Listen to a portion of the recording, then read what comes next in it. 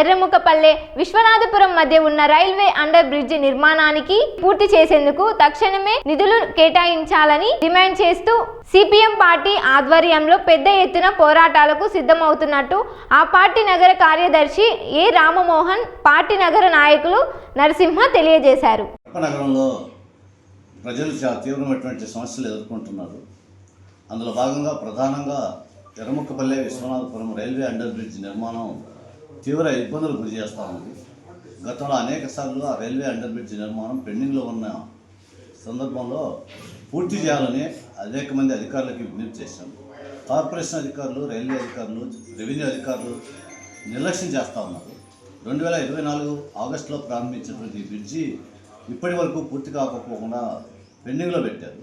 దీనికి ప్రధాన కారణం విశ్వనాథపురం వైపు ఉన్నటువంటి భూమిని సేకరించి వాళ్ళకి పరిహారం ఇచ్చి వాళ్ళని ఖాళీ చేయించడానికి అధికారుల యంత్రాంగం సీరియస్గా ప్రయత్నం చేయట్లేదు.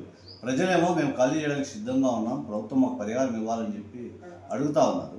కానీ పరిహారం ఇవ్వడానికి ప్రభుత్వం దగ్గర డబ్బులు లేవని సాకులు చెప్తున్నారు.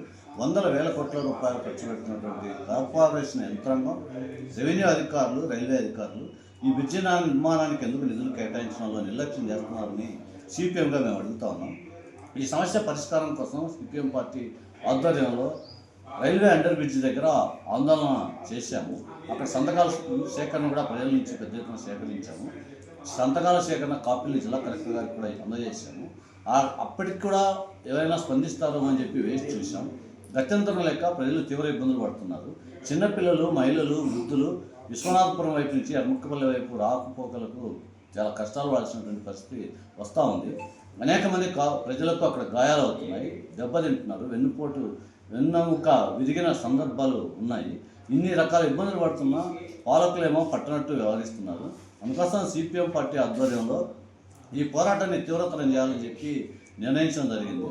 అందులో భాగంగా ఈ నెల 10వ తేదీన రైల్వే అండర్ బ్రిడ్జ్ వద్దనే అన్ని రాజకీయ పార్టీలు, ప్రజా సంఘాల ఆధ్వర్యంలో ఆ ప్రాంతంలో ఉన్నటువంటి ప్రజలతో కలుపుకొని ఒక రౌండ్ టేబుల్ సమావేశం నిర్వహించాలని చెప్పి పార్టీ నిర్ణయించింది.